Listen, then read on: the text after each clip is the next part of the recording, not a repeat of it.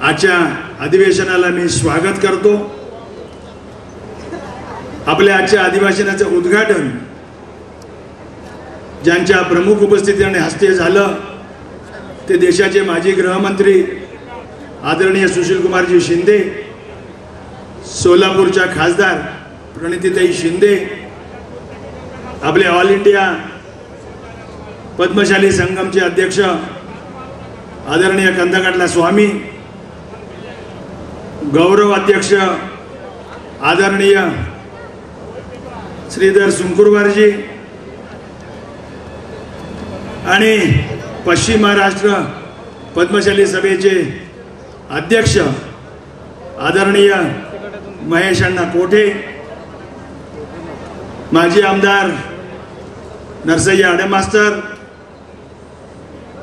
पश्चिम महाराष्ट्राचे माजी अध्यक्ष वसंतरावजी हेमूल आणि मंचावरील सर्व मान्यवर वेळेअभावी मी सगळ्यांची नावं घेऊ शकत नाही, त्याबद्दल माफी असावी।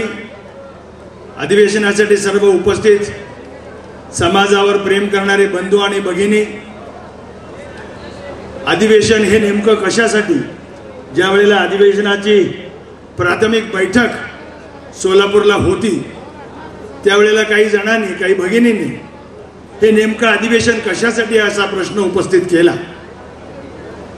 त्यावेळेला मी त्यांना सांगितलं की अधिवेशन ह्या कारणासाठी आहे। मग त्यांनी सांगितलं की तो उपस्थित असलेल्यांनाच माहीत आहे, इतरांना त्याचं काय। मी म्हटलं मी तसं पत्रक प्रसिद्ध करू, आपल्या हातात जे पॅम्पलेट आपण पाठवले त्या पॅम्पलेटच्या एका पानावरती या अधिवेशनाचं उद्दिष्ट छापलंय।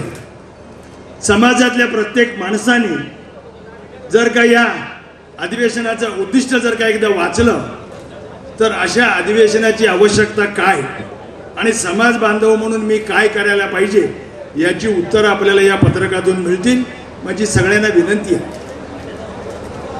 विनंती आहे की आपण कोणत्या गटात आहे, कोणत्या तटात आहे, कोणत्या विचारधारेचा आहे आणि कोणत्या राजकीय पक्षाचा आहे।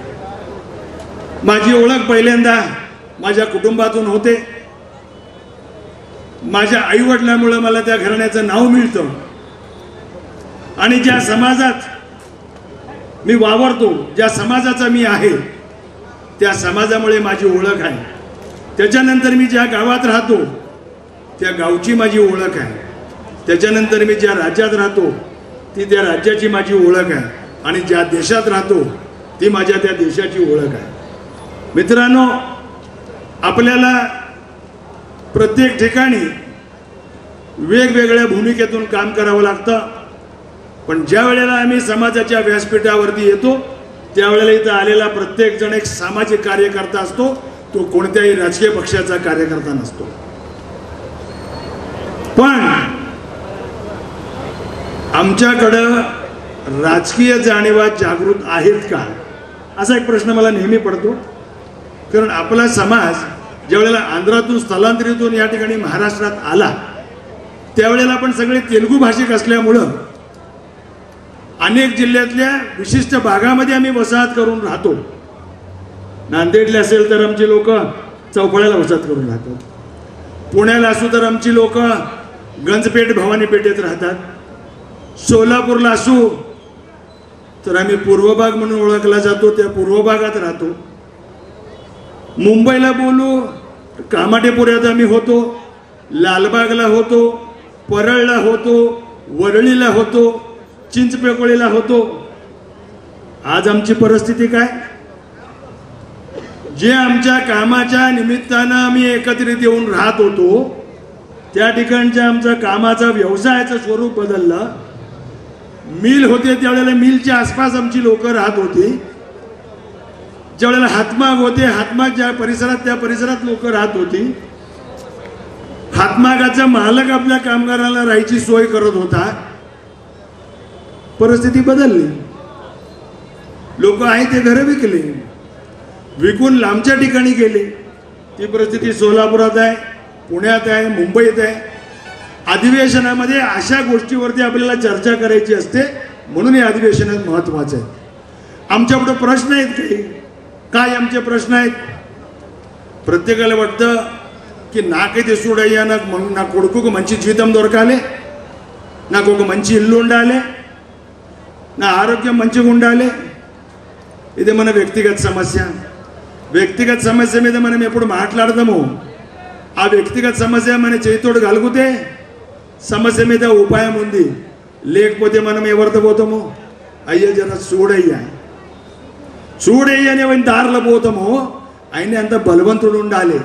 ఎప్పుడైతే మన దగ్గర బలవంతుడు నేతృత్వాలు ఉంటాయో, ఒకసారి సోలాపూర్లో ఖాస్దారులు ఉండ్రి, आमदारలు ఉండ్రి, याला पुन्हा लोपडे మన जनाला కలిసి అందరూ ఒక్కటాయంటే परवा आमची अपेक्षा होती की पुढच्या काळामध्ये ज्या ज्या ठिकाणी आमची संख्या आहे, मी त्याच्या पुढे जाऊन सांगेन, आम्ही ज्या भागामध्ये आमचा उमेदवार निवडून येऊ शकतो अशा मतदारसंघामध्ये आमच्या लोकांनी जाणीवपूर्वक पत्ता बदल करून नावं नोंदली पाहिजे.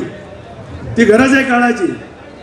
कारण आमची जर का राजकारणाच्या बाबतीत बोलताना मी केवळ विधानसभा एकच माझ्या डोळ्यासमोर नाही आहे, महानगरपालिका सुद्धा आहे, पंचायत समिती आहेत, जिल्हा परिषद समिती आहेत, पंचायत समितीचे सभापती आहेत.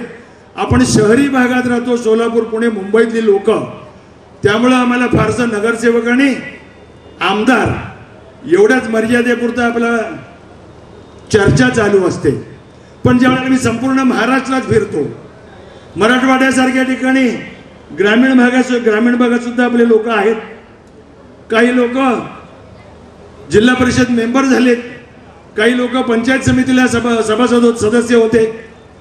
त्या लोकांना सुद्धा कुठेतरी राजकीय नेतृत्व करण्याची जर का संधी मिळत असेल तर त्याच्यासाठी आपण एक होऊन बोलायला पाहिजे. या भूमिकेतून समाजामध्ये विचार मंथन व्हायला हवं. आमच्या राजकीय जाणीवा जर का जागृत झाल्या तर आम्ही आमच्या प्रश्नाच्या उत्तरावरती लवकर समाधान शोधू शकतो, असं म्हटलं तर चुकीचं नाही आहे. पूर्वीच्या काळी विधानसभेमध्ये सोलापूरचे कॉम्रेड वेंकप्पा मडूर होते, जे पहिले आमदार म्हणून गेले त्यावेळेला. त्याच्यानंतर सोलापुरातून नरसई यादव मास्तर गेले, विठ्ठलराव देकोंडा काँग्रेसमधून गेले, खासदार म्हणून आमचे गंगाधरपंत कोचन साहेब होते, सादुल साहेब होते, रामकृष्ण बेद साहेब तर सभापती उपसभापती पदापर्यंत गेले होते, सहकार खात्याचे राज्यमंत्री होते. आणि ही मंडळी ज्या वेळेला सत्तेत होती त्यावेळेला आमचे प्रश्न चुटकीसरशी सुटत होते. सोलापूरला तर वैभवच होता, परंतु आमच्याकडे त्यावेळेला नवीन पक्ष उदयाला आले आणि ज्या लोकांना जुन्या त्या पक्षाच्या व्यवस्थेमध्ये संधी मिळत नव्हती ते लोक नवीन ठिकाणी आपला आसरा शोधला आणि त्या ठिकाणी नवीन नेतृत्व तयार झालं. नव्या पक्षामध्ये लोक झाली, लोक गेली. नगरसेवक पदाच्या बाबतीत बोलायचं ठरलं, पूर्वीच्या काळी काँग्रेस एकसंघ होता, संघ काँग्रेसमध्ये आमचे 20-20 नगरसेवक व्हायचे. त्यावेळेला महापौर आमचा, स्टँडिंग कमिटी चेअरमन आमचा, स्टँडिंग कमिटीचे 4 आमचे, आरोग्य सभापती आमचा, शिक्षण मंडळ सभापती आमचा. लोकांना वाटायचे ह्यांचं हे शाळांचंच आहे सगळं. पण शाळांचं जरी असलं तरी लोक त्यावेळेला शहराचा विचार करत होती आणि शहर म्हणून बघितलं. अगदी तरुण वयामध्ये महेश अण्णा कोटे त्यावेळेला महापौर झाले. आडम मास्तर त्या नगरपालिकेत महानगरपालिकेमध्ये नगरसेवक होते. त्यामुळं आपल्या लोकांना पुढची संधी मिळाली की ते पुढच्या क्षेत्रात जाऊन आपलं नाव गाजवलं आणि काम केलं आणि त्याचा फायदा समाजाला झाला. आता समस्या खूप आहेत पण आमचं प्रतिनिधित्व कमी. मी ज्या ज्या ठिकाणी एसबीसीच्या कामाच्या निमित्तानं जातो, मी पुण्याला गेलो होतो त्यावेळेला पुण्यातल्या आपल्या आम्ही पंच कमिटीच्या दोन्ही अध्यक्षांना सांगितलं की पुढच्या काळामध्ये आपण ज्या पक्षात भारतीय जनता पक्षात असाल तर भारतीय जनता पक्षामध्ये संघटनेत कुठले तरी महत्त्वाचे पद घ्या आणि त्यामध्ये होऊन सत्ताधाऱ्यांच्या जवळ जा. त्यांच्या माध्यमातून आपल्या लोकांना तिकिटे मिळवणं, आपल्या लोकांना निवडून आणणं आणि आपले प्रश्न सोडवणं. आपले लोक कसं करतो, आपण स्वतःहून पुढे जात नाही. राजकारणात जर का जायचं असेल, राजकारणामध्ये आपल्याला कुरघोडीचं राजकारण करायला शिकावं लागणार आहे. या ठिकाणी आमचे गोपी वड्डेपल्ली आहेत, भारतीय जनता पक्षात खूप वर्षापासून काम करतात, परंतु त्यांच्या कामाच्या प्रमाणात त्यांना जर का त्या ठिकाणी जर का महत्वाची पदं मिळत नसतील तर माझ्यासारख्या सामाजिक कार्यकर्त्याला खंत वाटते. या ठिकाणी आपले विश्वस्त रामचंद्र जन्नू आहेत, भारतीय जनता पक्षाचे जुने आहेत, ते RSSचे जुने कार्यकर्ते आहेत, परंतु त्यांची झेप नगरसेवकाच्या पुढे जात नाही आहे. आम्ही ज्या वेळेला भांडलो त्यावेळेला पांडुरंग तिट्टेने विरोधी पक्षनेतेपद दिलं. श्रीकांचना ताई यांना सुद्धा महापौर देताना व्यासपीठावर बसलेल्या सगळ्याच लोकांनी आपण त्यांना मदत केली होती, म्हणून त्यांनी त्यावेळेला महापौर झाले. आपण एका व्यक्तीला पद मिळायचं असेल तर समाजातले सगळे लोक आपण काय करतो, आपला पक्षभेद बाजूला ठेवतो, सगळेजण मिळून त्या व्यक्तीच्या पाठीशी उभारतो. मी पक्ष म्हणून बोलणार नाहीये, कोणत्या पक्षामध्ये आमच्या माणसाला संधी मिळत असेल तर त्या माणसाला पुढे ढकलायचं आणि त्याच्या पाठी आपण सगळेजण जायचं आणि सगळ्याच पक्षामध्ये आपल्या लोकांना महत्त्वाची पदं मिळावीत. ती कशा पद्धतीने मिळवता येतील या पद्धतीचं मंथन आणि चिंतन आजच्या बैठकीत आम्हाला करावं लागणार आहे. नुसतं राजकीय चिंतन करून चालणार आहे का? ज्या वेळेला आम्हाला SBCच्या सवलती नव्हत्या त्यावेळेला आमच्या समाजामध्ये शिक्षणाचं प्रमाण होतं, परंतु कोणत्या पद्धतीचं शिक्षण होतं आमच्याकडं? BA BCOMच्या पलीकडे आमची मुलं शिकली नव्हती. पण ज्या वेळेला SBCच्या आमच्याकडे सवलती लागू झाल्या त्यानंतर आमच्या लोकांमध्ये इंजिनियर्स आणि डॉक्टर्स मोठ्या प्रमाणावर होऊ लागले, पण त्याचे नुकसान सुद्धा समाजाला होत आहे. त्याच्यावरती आजच्या अधिवेशनात मला बोलायचं आहे. नुकसान कसं आहे? सोलापुरातले 60-70 हजार मुलं शिकली, इंजिनियर झाली, MBA झाली, हॉटेल मॅनेजमेंट केलं, नोकरीच्या निमित्तानं बाहेर गेले आणि ज्या वेळेला निवडणुकीत आम्ही शोधतो, अरे आपला मुलगा तो MBA झालेला या ठिकाणी राहत होता बिडी घरकुलला, कुठं आहे అన్న వాటి లేడు, ఇప్పుడు ముంబైలో నౌకరీ ఉన్నారు, ఈడు ఎవరు ఉన్నారా వాళ్ళ అమ్మ నాయన ఉన్నారు, వాళ్ళ అమ్మ నాయనకు చెప్పు వాళ్ళ కొడుకుకు పిలిపించుకో, వానికి టైం లేదు. అరే నాయన నీకు ఎప్పుడైతే ఆపతి ఉండే నీ స్కాలర్షిప్ దొరకకుండే అప్పుడు సమాజంలో అందరూ పెద్దలు తిరిగి నీకు స్కాలర్షిప్ తెచ్చిచ్చిండ్రు. ఇప్పుడు ఇలా సమాజ ఐక్యం గురించి ఇలా అధివేశం సోలాపూర్లో జరుగుతుంది అన్నప్పుడు వీళ్ళందరూ నిర్జలులు ఎందుకు రాలే? ఇది ఒక సవాల్. ఈ అధివేశంలో కూడా ఎవరు రాలే, వాళ్ళ గురించి ఉన్నారు. ఇలా మాకు అసలు తెలియదయ్యా, మేము చదువుకున్నాము, సంపాదిస్తున్నాము, కానీ సమాజ్కి ఏమైనా ఇయ్యాలి, సమాజ్కు ఇచ్చేవంటి పరిస్థితి నాది ఉండంగా ఏమడుగుతుందయ్యా సమాజ్? నీకు ఎలక్షన్ వచ్చినప్పుడు ఓటేయి, నువ్వు చదువు నేర్చినావు, నీ చుట్టాల పక్కల్లో కూడా ఎవడైతే పేదోడు ఉండే వానికి అవసరం ఉన్నాయంటే నువ్వు వానికి కొన్ని ఆర్థిక మద్దతు ఇచ్చి ఆయనకి నిలబెట్టు. గంత చేయకపోతే అంటే మనం ఎందుకయ్యా బతుకుమన్నది ఈ సవాల్ ఈ అధివేశంలో అడగాలని నాది ఒక కోరిక ఉంది. కొందరికి అనిపిస్తుంది ఈ అధివేశంలో కూడా మనం పోయి ఏమవుతుంది అయ్యాడా, అదే చెప్తారు, అదే వింటారు. పుణలోపట అధివేశం జరిగింది, పశ్చిమ రాష్ట్ర అధివేశం చాలా చక్కగా పుణలో జరిగింది. మనం అధివేశం చేస్తామయ్యా, అధివేశంలో కూడా ఠరావులు వేస్తాము. ఠరావులు వేసాక ఠరావుది పాటుపోరావ చేయను కోసానికి మన దగ్గర ఒక సంఘటన, మన దగ్గర ఒక సంఘశక్తి అది అభావం ఉన్నది. ఆ సంఘశక్తి, ఆ సంఘటన మన దగ్గర లేదు. ఇది ఒకటి నాదొకటి కంతున్నది. మహేష్ అన్న ఎన్నోసార్లు అంటాడు, మనం ఒకటే ఏమైనా ఒక మోర్చా తీయాలి, మోర్చా తీస్తే ఒక రోజులు వస్తుంది. ఇవాళ వాట్సాప్లో కూడా మెసేజ్ వచ్చింది, ఒక మన స్నేహితుడు రాసిండు, మన SBC సమస్యల గురించి మనం ఆమరణోపోషణ చేయాలి. ఆమరణోపోషణ మనం చేస్తే ఎన్ని మందిని మనతో పాటేస్తారు? ఎన్ని మంది ఇలా కూర్చుంటే ఇలా పొద్దుగాల నుంచి నేను చూస్తున్నా, కొందరు వస్తున్నారు, కొందరు పోతుండ్రు. ఇలా మన దగ్గర ఓపిక అన్నది లేదు. ఓపిక కావాలయ్యా, సమాజ్ గురించి, సంఘటన గురించి మనం టైం ఇవ్వవలసింది ఉన్నది. ఇలా ఒక్కరోజు పద్మశాలి సమాజ అధివేశనం గురించి అందరు ఇలా ఒక్క జాగాలో వచ్చి కూర్చుంటే ఈ పిండాల్లో కూడా గర్ది అయిపోయి తర్వాత మందిలు బయట ఆగుతుంటే మాకెంత బలం వస్తుంటుంది. అయ్యో సమాజం అంతా మన వెనక ఉన్నది కాదు, మనం ఏదో ఒక ఆక్రమకైన మోర్చా ఆక్రమకైన ఆందోళన చేయాలని నా చుట్టూ ఒక కార్యకర్తకు నాకు ఒకటి ఏమంటాం దానికి, మీ గురించి ధైర్యం వస్తుంది. నాకు ఈడ చూస్తే కొందరు ఉన్నారు, కొందరు లేరు. ఎవరు జీవం మీద మేము రేపు ఆందోళన చేయాలంటే ఎట్లా చేయాలి? ఇది ఒక సమస్య. నా ముందు ఉంది. ఇలా మా దగ్గర చాలా మంది అంటారు, ఫోన్లు చేస్తారు నాకు, అన్న నిన్న పేపర్లో బాత్మీ వచ్చింది, జర దాని గురించి చెప్పు కదా. అరే నాయన, ఏనాడు మేము మీటింగ్ పెడతాము, ఆ మీటింగ్కు మీరు రారు అని ఇలా ఫోన్ చేసి అడుగుతావు. నేను నీకు చెప్పాను, నువ్వు मीटिंग ఎందుకు राहिले कधी मोदल చెప్పు. आम्ही नांदेडला मीटिंग घेतो, पुण्याला मीटिंग घेतो, सोलापुरात मीटिंग घेतो, पण लोक समाज म्हणून ज्या वेळेला एक व्हायला पाहिजे, समाजामध्ये जी चर्चा होते ती आमच्या कुटुंबात आम्ही जाऊन केली पाहिजे. आमच्या कुटुंबात आम्ही चर्चा करतो का? एसबीसीच्या प्रश्नाच्या सवलतीच्या बाबतीत बोलताना मी सांगेन की आम्हाला जे मिळतं त्याची चर्चा मी कधीच करत नाही. आम्हाला जे मिळत नाही त्याची जास्त चर्चा करतो. आम्हाला काय मिळतं हेच माहित नाही. काही जण मला विचारत होते, आम्हाला 2% मिळत नाही त्यामुळे आमचं खूप नुकसान होत आहे. मी त्याचा काही खुलासा या ठिकाणी मी करणार आहे. आम्हाला थेट 2% आरक्षण हे फक्त नोकरीत आहे आणि ते सुद्धा आता धोक्यात आहे. ते आमचं आरक्षण रद्द व्हावं म्हणून हायकोर्टात काही संघटना गेली.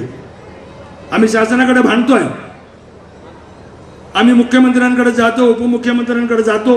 सरकार जे असेल, काँग्रेसचं सरकार होतं त्यावेळेला मी महेश अण्णांना घेऊन गेलो, भाजप युतीच्या सरकारला त्या पक्षाच्या लोकांना घेऊन जातो. पण प्रश्न आपल्या समाजाच्या प्लॅटफॉर्मवरती आपण त्या मंत्र्यांसमोर मांडतो. आज आमचं आरक्षण धोक्यात आहे. आजच्या अधिवेशनामध्ये त्याच्यावरती आम्हाला मंथन करायचं आहे. उद्या जर का हायकोर्टामध्ये आमचं आरक्षण हिरावलं गेलं, काय आमची ताकद आहे? लोक म्हणतात बघा ते जरांगे पाटलाचं मराठ्यांचं आंदोलन कसं चालू आहे. अरे त्यांच्या आंदोलनात मी काही शिकणार का नाही? आम्हाला त्यांच्या आंदोलनातनं शिकायचं आहे.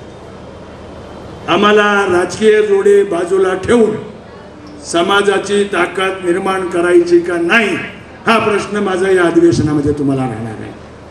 जोपर्यंत समाजाची ताकद तुम्ही वाढवत नाही, जोपर्यंत तुम्ही माझा व्यक्तिगत माझा मीपणा सोडून समाज म्हणून एक होणार नाही, तोपर्यंत आमचे प्रश्न आमची परिस्थिती ही बदलणार नाही. बदलण्यासाठी आपल्याला त्या भगवंताच्या भरोश्यावर राहावं लागणार आहे.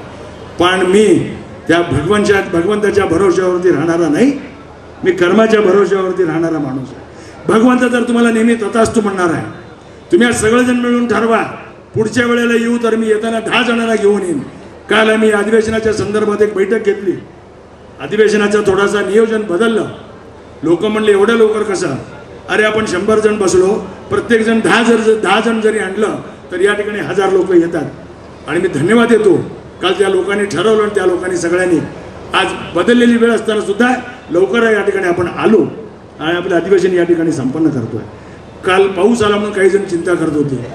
पाऊस येवो, ऊन असू दे, वारा असू दे, ज्या वेळेला समाजाचं अधिवेशन असतं त्यावेळेला आपण जबाबदारीने त्या ठिकाणी जायचं असतं, कर्तव्यानं ते अधिवेशन आपल्याला उपस्थित राहायचं असतं. मी बाहेर घेऊन आलेल्या लोकांना मी धन्यवाद देतो. या अधिवेशनातून काय मिळणार तुम्हाला माहीत नाही, पण अधिवेशनातून आपल्याला एक विचार मिळणार आहे. तो विचार इथून घेऊन जायचा आहे. त्यासाठी आपण या ठिकाणी आलात. म्हणून बाहेर घेऊन आलेल्या सगळ्या लोकांसाठी आपण सगळ्यांनी एकदा जोरदार टाळ्या वाजवा. मित्रांनो, आम्हाला व्यावसायिक अभ्यासक्रमासाठी आम्हाला जरा वेगळ्या आरक्षणाची सवलत आहे. व्यावसायिक अभ्यासक्रम म्हणजे कोणते? हाही प्रश्न लोकांना आहे. मेडिकल आहे, इंजिनियर आहे, हॉटेल मॅनेजमेंट आहे, MBA आहे, MCA आहे, LLBच्या कोर्सेस आहेत, ॲग्रिकल्चरच्या कोर्सेस आहेत, डेअरीच्या कोर्सेस आहेत. ह्या सगळ्या कोर्सेस करता आम्हाला स्वतंत्र 2% आरक्षण नाही आहे. आम्ही पूर्वीचे OBC असल्यामुळं OBC म्हणूनच आम्हाला त्यातून आरक्षणातून आम्हाला जागा वाटप होतात. परंतु आम्हाला जो फायदा मिळतो स्कॉलरशिपचा तो SBC असल्यामुळं आम्हाला 100% स्कॉलरशिपचा फायदा मिळतो. मग लोक काय म्हणतात, पूर्वीची OBC चांगली होती की? आहेत असे काही लोक. मी त्यांना सांगितलं, जे OBCत आहेत त्यांना OBCचं जागा वाटपाचं आरक्षण मिळतंय, परंतु सवलत जी मिळणार आहे आर्थिक सवलत, त्यांना फीच्या 50% सवलत आहे. आम्हाला 100% फी माफीची सवलत आहे. ही SBCची आम्हाला सवलत आहे आणि ती आम्हाला फायदेशीर आहे. म्हणून आमचे मुलं या ठिकाणी शिकत आहेत. या ठिकाणी पद्मश्री ज्ञाती संस्थेचे ट्रस्टी आणि ऑल इंडियाचे उपाध्यक्ष आदरणीय रामकृष्ण कोंड्याल साहेब यांचं आगमन झालंय. मी त्यांचं या ठिकाणी पश्चिम महाराष्ट्र पद्मश्री संगमच्या वतीनं त्यांचं स्वागत करतो. मित्रांनो, पुन्हा मी मूळ विषयाकडे येतो. आम्हाला SBCच्या माध्यमातून जेवढं जास्त मिळवता येत आहे ते मिळवण्याचा आमचा प्रयत्न आहे. मी एकच आकडा सांगेन, आम्हाला दरवर्षी स्कॉलरशिपसाठी किमान 180 कोटी रुपये मिळतात. आमच्या विद्यार्थ्यांची मेडिकलची फी सरकारी कॉलेजमध्ये असो, प्रायव्हेट मेडिकल कॉलेजमध्ये असो, त्याचं उत्पन्न किती जरी असलं, त्याच्याकडे नॉन क्रिमिनल सर्टिफिकेट असेल, त्याची संपूर्ण फी सरकार भरणार आहे. काही प्रायव्हेट मेडिकल कॉलेजमध्ये फी 11-12 लाख रुपयाची आहे.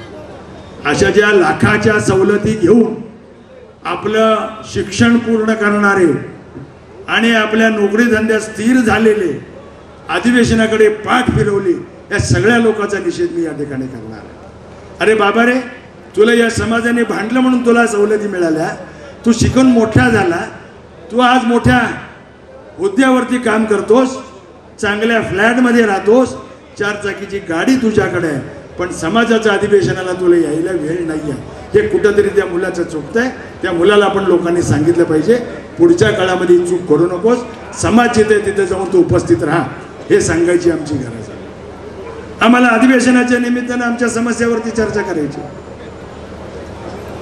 काही आपले पदाधिकारी त्यांच्या माध्यमातून या ठिकाणी काम करत असतात. सोलापूर शहराची ओळख ही पद्मशालींनी दिलेली असं म्हटलं तर चुकीचं नाही आहे. पद्मशालींनी सोलापूरमध्ये हातमाग आणि यंत्रमागाचा व्यवसाय आपल्या कुशलतेने सांभाळला म्हणून सोलापूर हे एक वस्त्रोद्योगाचं शहर म्हणून संपूर्ण देशात परिचित आहे, संपूर्ण जगामध्ये परिचित आहे. आज जगप्रसिद्ध चादर आणि टॉवेल सोलापूरमध्ये आपण बनवतो. आता त्याच्या पुढच्या आपले लोक गारमेंटमध्येही जात आहेत. पण आम्हाला ज्या शासनाच्या सवलती आहेत, त्या शासनाच्या सवलतीच्या संदर्भात आम्हाला विणकर म्हणून काही फारशा सवलती त्या वस्त्रोद्योगात नाही आहेत. आपण आजच्या अधिवेशनामध्ये त्यावरती सुद्धा बोलणार आहे. आमच्या काही बीडी आणि यंत्रमाग काम, आमच्याकडे सगळेच मालक नाही आहेत, आमच्याकडे कामगार सुद्धा समाजामध्ये आहेत. त्यांच्यासाठी सुद्धा काही आपल्याला बोलावं लागणार आहे. त्यांच्याही काही प्रश्न आहेत, त्यांचे आरोग्याचे प्रश्न आहेत, त्यांचे सामाजिक सुरक्षेचे प्रश्न आहेत, त्यांच्या काही घरकुलाचे प्रश्न आहेत. त्यांच्यासाठी सुद्धा आपल्याला आजच्या अधिवेशनामध्ये ठराव करायचे आहेत. मी 20 तारखेला आपल्या समाजाच्या सगळ्या प्रमुख लोकांबरोबर मी राज्याच्या उपमुख्यमंत्र्यांनी बैठकीला बोलवलं होतं. त्यावेळेला श्रीधर सुंकरवर साहेब आणि मंचावरील बरीच लोक त्यावेळेला त्या मिटिंगला होती. आम्ही त्यांना सांगितलं की जे देते सरकार ते आम जनतेसाठी, परंतु विणकर म्हणून आम्हाला काही वेगळं पाहिजे, त्याच्यासाठी आम्ही काही वेगळ्या मागण्या त्यांच्यापुढे मांडलेल्या आहेत. त्याच्यासाठी काही ठराव आपल्याला या ठिकाणी करायचे. मित्रांनो, आपण वर्तमानपत्रात वाचलं असेल की शासनानं विणकरांच्या विकासासाठी विणकर आर्थिक विकास महामंडळ केलं. घोषणा झाली, 6 महिने झाले, 50 कोटी रुपयाची तरतूद झाली, परंतु अद्याप त्याचं कामकाज चालू झालेलं नाही आहे. त्याच्यावरती अशासकीय सदस्य नेमलेले नाही आहेत. परवाच्या मीटिंगमध्ये आम्ही त्यांना सांगितलं, त्यावेळेला सुंकरवर साहेबांनी उठून सांगितलं त्या समितीवरती आमच्या पद्मशाली समाजाचा घ्या आणि त्याचा अध्यक्ष पद्मशाली समाजाचा करा. पण माझा या अधिवेशनामध्ये वेगळा प्रश्न आहे. सुंकरवर साहेब, ते जे विणकर महामंडळ आहे ते राज्यातल्या सगळ्या विणकरांसाठी आहे. त्या विणकरामध्ये कोण कोण येणार आहे, त्या विणकरामध्ये सगळेच राज्यातले विणकर येतील. त्यामध्ये या ठिकाणी आमचे कुरुन शेट्टीचे बांधव या ठिकाणी बसले. आता हे कुरुन शेट्टीचे बांधव आहेत, स्वकुळशाळी आहेत, हे सगळे लोक काही ओबीसीत आहेत, काही SBCत आहेत. सगळे विणकर SBC मध्ये नाही आहेत. सगळ्या विणकरांना SBC मध्ये जर आणा किंवा सगळ्यांसाठी एक वेगळ्या सवलती द्या. या विणकरासाठी त्यांनी 50 कोटी रुपये दिले. 50 कोटी रुपये कुठं पुरणार आहे आम्हाला? म्हणून या अधिवेशनामध्ये आपण एक वेगळा ठराव मांडतोय विणकरासाठी. असं नाही आहे तर पद्मशाली समाजाची संख्या या महाराष्ट्रामध्ये फार मोठी असल्यामुळं मार्कंडेय आर्थिक विकास महामंडळ शासनानं स्थापन करावं आणि त्याला 500 कोटी रुपयाची तरतूद करावी अशी मी या ठिकाणी सूचना करतो. आणि मी दयानंद मामडेला यांना विनंती करतो की त्यांनी या सूचनेला अनुमोदन करावे. इंदापुरे सरांनी मांडलेल्या सूचनेला सर्व समाज बांधवांच्या वतीने मी अनुमोदन करतो. मित्रांनो, या ठरावाला आपण सगळ्यांनी हात वर करून मान्यता द्या. ठराव सगळ्यांमध्ये मंजूर. जय मार्कंडेय, जय मार्कंडेय, जय पद्मशाली, जय पद्मशाली. मित्रांनो, आपल्याला माहित आहे की आमचं SBCचं आरक्षण जे आहे, सुरुवातीला देताना 94 साली 2% दिलं आणि नंतर त्याच्यामध्ये कोर्ट केस झाली.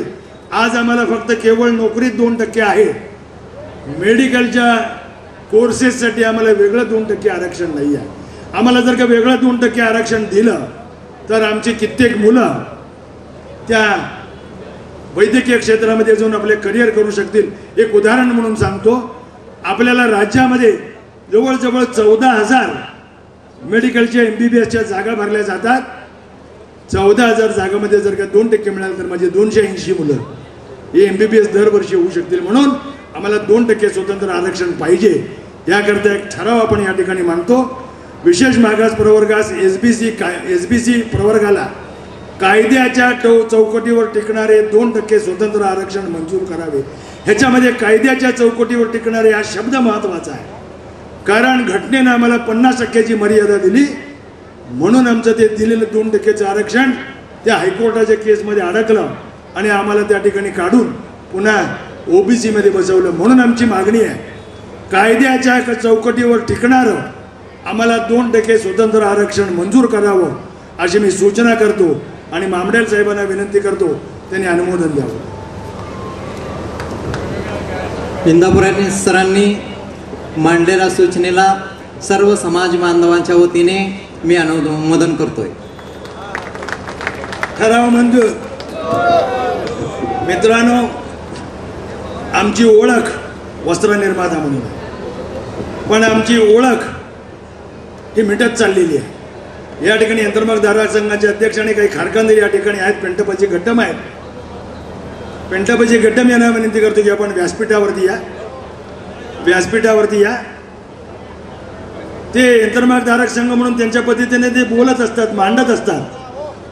आज यंत्रमाग धारकांच्या काही वेगळे प्रश्न आहेत. यंत्रमागासाठी वस्त्रोद्योगासाठी शासनानं धोरण जाहीर केलं, परंतु विणकरांसाठी त्या वस्त्रोद्योग धोरणामध्ये काही विशेष तरतूद नाही आहे. आम्ही मूळचे विणकर, आमचा हातमाग, आमचा यंत्रमाग या क्षेत्रात आम्ही वाढलो, वावरलो. आम्ही हे काम कुठल्या ट्रेनिंग क्लासमध्ये जाऊन नाही शिकलो. घरातच आमचे यंत्रमाग, घरातच हातमाग लहानपणापासून बघत बघत बघत बघत ते काम शिकलो आणि त्याच्यामध्ये इतके पारंगत झालो की कधी आम्हाला कळलंच नाही. शाळेतून पाठीची दप्तर टाकली आणि त्या मागावरती जाऊन बसलो आणि विणायला लागलो. असा आमचा हा प्रवास. त्याच्यामध्ये आधुनिकीकरण आलं. आमचे लोक पारंपरिक व्यवसाय करणारे, आधुनिकीकरणासाठी जे काही गुंतवणूक करावी लागते ते कोटीची रुपये, कोटीमध्ये गुंतवणूक करणं आम्हाला शक्य नाही. तेवढं धाडस आमच्यात नाही आहे. करून खाणारी माणसं तीच आमची ओळख होती.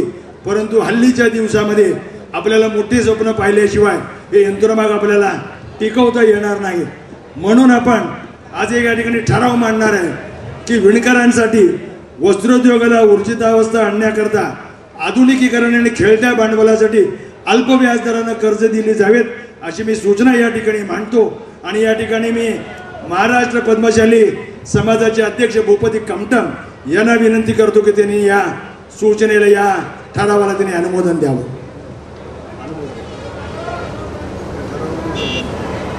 या ठरावाचं माझं अनुमोदन आहे. साहेबांनी सांगितल्याप्रमाणे आपण पद्मशाली समाजाने हे दिल्याबद्दल मी माझं अनुमोदन देतो. सगळ्यांनी हात वर करून ठराव मंजूर करावा. धन्यवाद. मित्रांनो, मगाशी मी बोलत होतो, हे झालं काही कारखानदाराचे प्रश्न.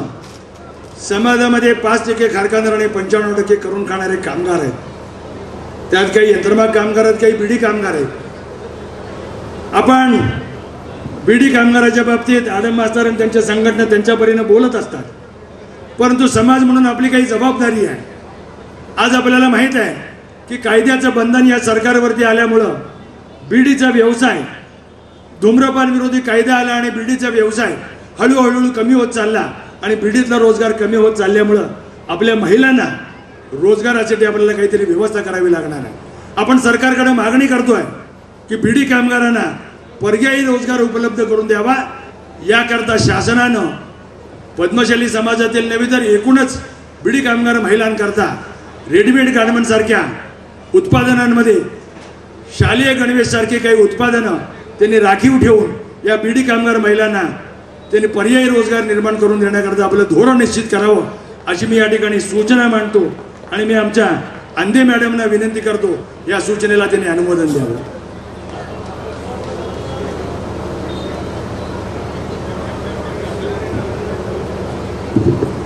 आताच इंदापुरे सरांनी सांगितलेल्या ह्याला मी अनुमोदन देत आहे. धन्यवाद.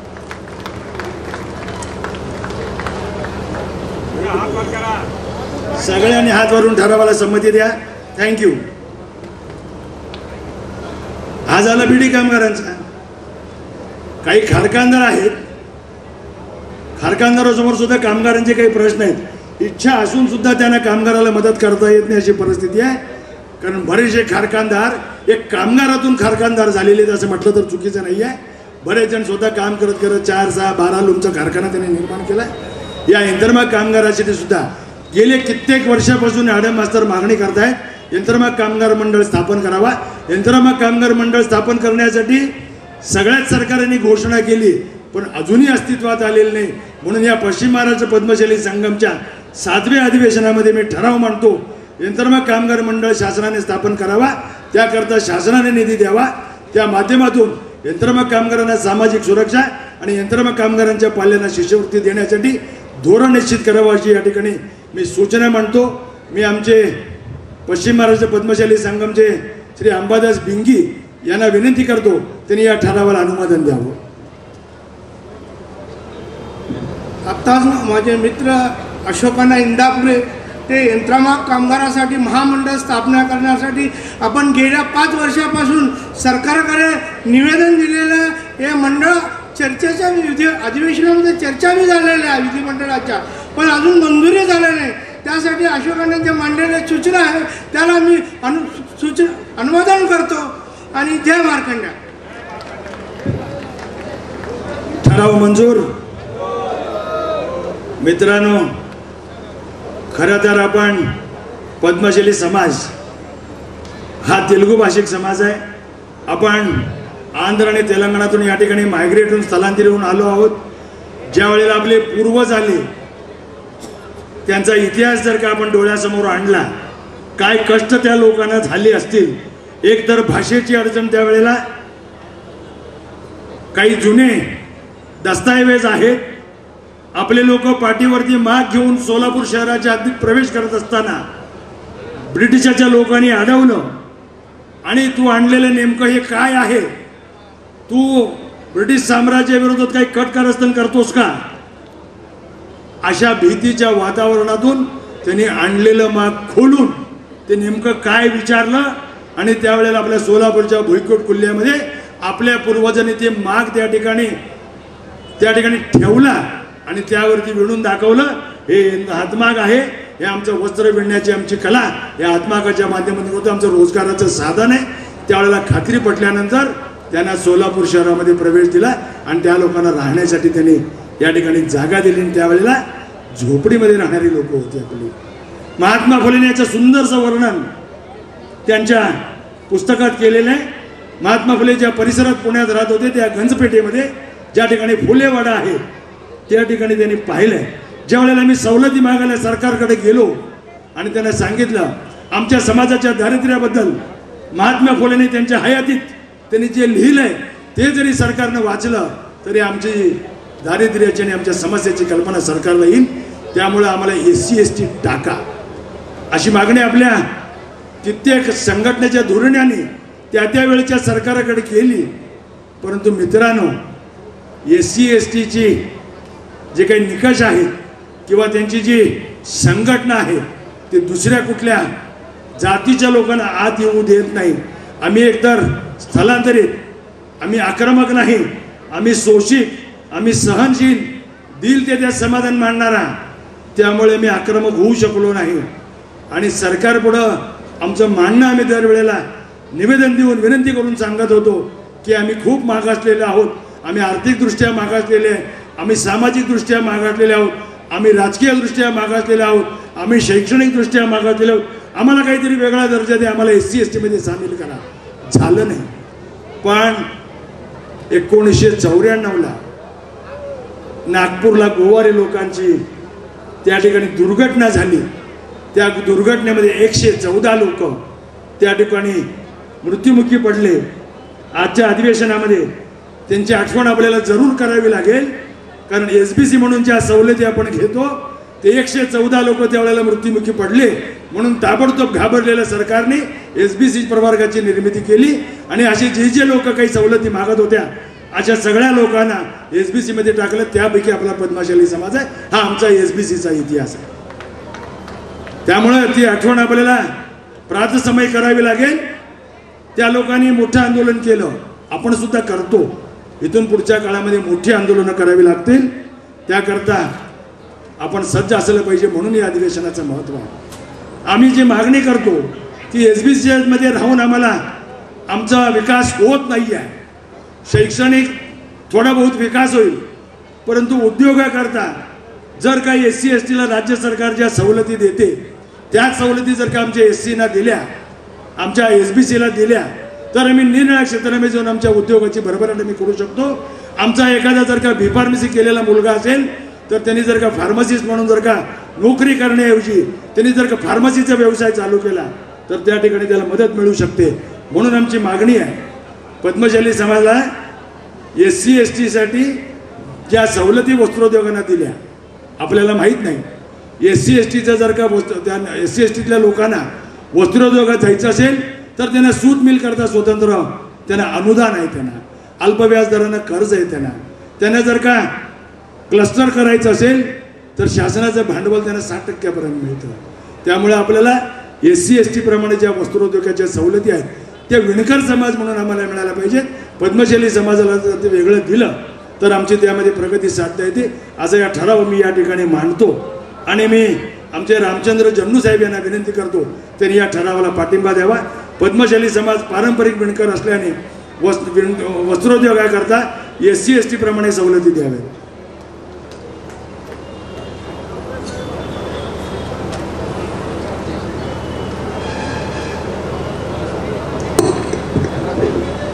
आपल्या समाजाचे चळवळीचे कार्यकर्ते समाजाच्या हिताच्या दृष्टीने कसं काम करावं सातत्याने धडपड करणारे आपले अशोक इंदापुरे साहेबांनी या ठिकाणी जो प्रस्ताव मांडला त्याला ठराव होण्यासाठी आपण सर्वजण संमती द्यावा यासाठी मी अनुमोदन देतोय.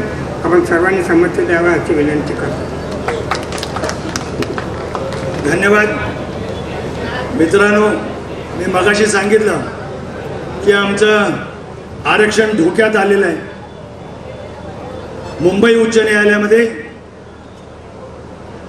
400 स्वयंसेवी संस्थेनी SBCला दिलेलं 2% आरक्षण हे घटनाबाह्य ते रद्द करावं म्हणून त्यांनी सुरुवातीला रीट पिटिशन दाखल केली.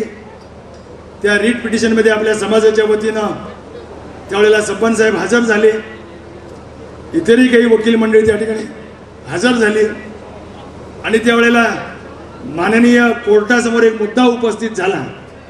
ज्यांनी याचिका दाखल केली त्याचं काय नुकसान झालं असं विचारण्यात आलं. त्यावेळेला कोर्टाच्या लक्षात आलं की रीट पिटिशन म्हणून हे चालवायचं का नाही याबद्दल त्यांनी रजिस्ट्रारचा अभिप्राय मागितला. त्यावेळेच्या माननीय उच्च न्यायालयाच्या रजिस्ट्रारनं अभिप्राय दिला की रीट पिटिशन म्हणून चालवता येणार नाही, हे जनहित याचिका म्हणून असं चालवावी लागेल. नंतर त्या स्वयंसेवी संस्थानं एक PIL दाखल केलेली आहे, ती 2021ला दाखल झाली. त्याची सुनावणी चालू आहे. आपण शासनाकडे मागणी केली की आम्हाला शासनानं वकील नेमावा, परंतु आपल्याला माहीत आहे जे सरकारमध्ये ब्युरोक्रॅट्स असतील ते सर्वसामान्य लोकांच्या प्रश्नासाठी किती गंभीर असतात हे आपण पाहतो. आपल्यासारख्या संख्येनं कमी असलेल्या उपद्रवशून्य लोकांच्या प्रश्नावरती हे प्रशासनात बसलेले फारसे गंभीर आहेत असं आम्हाला वाटत नाही. म्हणून मी त्यावेळेला मंत्री महोदयांना उपमुख्यमंत्र्यांना सांगितलं एक सिनियर ॲडव्होकेट काउन्सिलर आपण नेमावा. त्यांनी नेमलं आणि गरज पडली तर आपल्या समाजाच्या वतीनं सुद्धा त्या ठिकाणी आपण वकील नेमू असं महेश अण्णा कोठे, श्रीधर सुंकुरवार आणि माननीय आमदार कैलास गोरंट्याल ह्या लोकांनी आम्हाला कितीतरी वेळा हमी दिली. ते होईल, आपण देऊ, पण सरकार ज्या वेळेला आमची बाजू मांडायला उभारणार आहे त्यावेळेला आम्हाला सरकारने आरक्षण दिलं असल्यामुळं ते आरक्षण टिकवण्याची जबाबदारी सरकारची आहे. म्हणून या आरक्षणाला सरकारनं संरक्षण द्यावं असं ठराव मी या ठिकाणी मांडतो. विशेष मागास प्रवर्ग नोकरीसाठी देण्यात आलेले 2% स्वतंत्र आरक्षण रद्द करण्यासाठी माननीय उच्च न्यायालय मुंबई येथे जनहित याचिका क्रमांक PIL 19-121/2021 दाखल आहे. माननीय उच्च न्यायालयात शासनाकडून सक्षम बाजू मांडून संरक्षण देण्यात यावे असं ठराव मी या अधिवेशनामध्ये मांडतो. आणि या ठरावाला अनुमोदन देण्यासाठी मी पुण्याहून आलेले जितेंद्र कंचानी यांना विनंती करतो.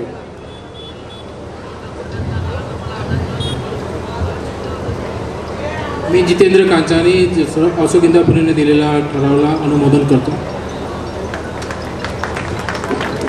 मित्रांनो, हे झाले आपले सरकारकडच्या समस्या. सरकारच्या समस्येवरती आपलं जी भूमिका आहे ती मांडली. आपली व्यासपीठावरची मंडळी त्यावर अधिक बोलतील. पण ज्या वेळेला समाज शिकलेला नव्हता त्यावेळेला घरातलं पेद्द मनुष्य यायच्या, अनुरूप मुलगा मुलगी बघून ठरवायची, ती लग्न जुळायची, ती लग्न टिकायची. या ठिकाणी बसलेली जी सिनियर मंडळी असतील, माझ्यासहित कित्येकानी आपली होणारी बायको आपण पाहिलेली नाही आहे. परंतु हल्ली सगळं वेगळं चित्र आहे. ते खूप चिंताजनक आहे. काही जणांनी माझ्याकडे बोलावं म्हणून प्रश्न पाठवले आणि तो खरा सामाजिक प्रश्न आहे. अपेक्षा शिकल्यामुळे सगळ्यांच्याच आहेत.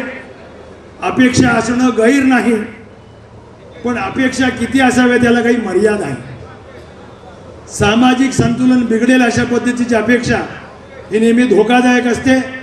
या ठिकाणी आमचे कोंडेल साहेब आहेत. या ठिकाणी समाजात वावरणारी जी मंडळी आहेत त्यांना रोज या समस्यांना तोंड द्यावं लागतं. लग्नाला मुलगी आलेली आहे, लग्नाला मुलगा आलेला आहे, परंतु स्थळ मिळत नाही आहे. जर का मुलगा असेल, पगार कमी असेल तर त्याला मुलगी मिळत नाही आहे. मुलगी जर जास्त शिकली असेल तर तिच्यापेक्षा जास्त पगार मिळणारा नोकरा हवा. अशा या कात्रीत सापडलेला समाज आहे. मित्रांनो, विवाह हा एक संस्कार आहे, जोडीनं करायचा असतो. आमचे विचार आणि मतं जुळले आणि कुटुंबाचे जर का आमच्या सगळ्याची संमती असेल तर लोकांनी लग्नाबाबतीत विचार करायला हरकत नाही. या पद्धतीने विचार केला आपले बरेचसे प्रश्न सुटतील. आणि दुसरं, आमच्या भाऊजीकडे ज्यावेळेला मी चर्चा करतो त्यावेळेला काही गोष्टी आमच्या लक्षात येतात. ती आज पूर्वी आमची कुटुंब पद्धती ही एकत्रित कुटुंब पद्धती होती. एकंदर कुटुंब पद्धतीमध्ये ज्येष्ठाचा मान राखायचा, मोठ्याने सांगितले की काम करायचं, घरचं काम हे माझं स्वतःच आहे समजून करायचं. परंतु हल्ली छोटे कुटुंब झाल्यामुळं सांगणारे कोण नाहीत, त्यामुळे त्यांच्यावरती संस्कार हे कमी होत आहेत का काय, अशा पद्धतीचं चित्र समाजामध्ये आहे. ते निश्चितच चांगलं नाही आहे. आपण शिकलोय परंतु संस्कारी होत नाही, ही मोठी चिंता, ही मोठी काळजी या समाजात बसलेल्या सगळ्या व्यासपीठावरती आणि सगळ्या ज्येष्ठांना आहे. माझी तरुणांना विनंती आहे की तुम्ही किती जरी शिकले असाल तर आपले आईवडील, आपले जे ज्येष्ठ असतील त्यांचा सन्मान करा. आणि जोडीदार निवडताना आपण फालतू अपेक्षा ठेवू नका. हे जर का केलं तर समाजाचा रथ अतिशय वेगानं दौडेल, यात मला शंका नाही आहे. प्रश्न खूप आहेत. दुपारच्या चर्चेमध्ये आपण काही पुन्हा महिलांसाठी आणि युवकांसाठी सत्र ठेवले, त्याच्यामध्ये बोलूया. काही प्रमुख मुद्द्यांना आपण या ठिकाणी स्पर्श केला आणि शासनाकडे आपल्याला काय प्रयत्न करायचे आहेत आणि समाजाकडून काय अपेक्षा आहेत या दोन्ही बाबीवरती मला या ठिकाणी बोलण्याची संधी दिली त्याबद्दल मी महेशांना कोटे आणि सगळ्यांना धन्यवाद देतो. मित्रांना जाताना पुन्हा एकदा आठवण करून देतो, मी कुठल्या एका व्यक्तीला निवडून द्या असं मी म्हणणार नाही आहे. सोलापूर शहरामध्ये दोन्ही मतदारसंघामध्ये पद्मशाली समाजाचा उमेदवार निवडून येऊ शकतो. फक्त गरज आहे आम्हाला प्रामाणिकपणे प्रयत्न करण्याची, आम्हाला राजकीय जोडे बाजूला काढून ठेवण्याची. नुसतं तेच नाही, सोलापूर महानगरपालिकेमध्ये आमची एकेकाळी 22-23 नगरसेवक राहत होते. पुढच्या काळामध्ये मतदारसंघाच्या रचनेमध्ये ज्या ठिकाणी पद्मशाली समाजाची संख्या असेल त्या ठिकाणी पद्मशाली समाजाचे उमेदवार निवडून येतील. पुण्यामध्ये ती परिस्थिती आहे, नांदेडमध्ये ती परिस्थिती आहे, नागपूरला ती परिस्थिती आहे, मुंबईमध्ये ती परिस्थिती आहे. ज्या ज्या ठिकाणी हे शक्य आहे त्या त्या ठिकाणी आपल्याला हे काम करायचं आहे. आणि गरज लागलीच, गरज नाही मी तर म्हणेन की तेलुगू भाषिक या ठिकाणी आमचे यज्जा साहेब आहेत, ते काही पद्मशाली समाजापासून वेगळे नाही आहेत, कारण आपल्या समाजात इतके मिसळले आहेत. ते कुरुईन शेट्टी म्हणून त्यांची ओळख नाहीच आहे, पद्मशाली समाज म्हणून त्यांची ओळख आहे. तेलुगू भाषिकांची सुद्धा आपल्याला मदत होईल आणि आपण जर का तेलुगू भाषी एक झालो तर आपले प्रश्न सोडवण्यासाठी एक मोठी ताकद आपल्याला मिळेल असा मला विश्वास आहे. मी पुन्हा एकदा आपल्याला मी एक आवाहन करतो की राजकीय जाणीव आपली जागृत ठेवा आणि समाजासाठी एकजूट राहून समाजाचा विकास करण्यासाठी आपण सगळेजण सहकार्य कराल अशी अपेक्षा बाळगतो. जय हिंद, जय मार्कंडेय.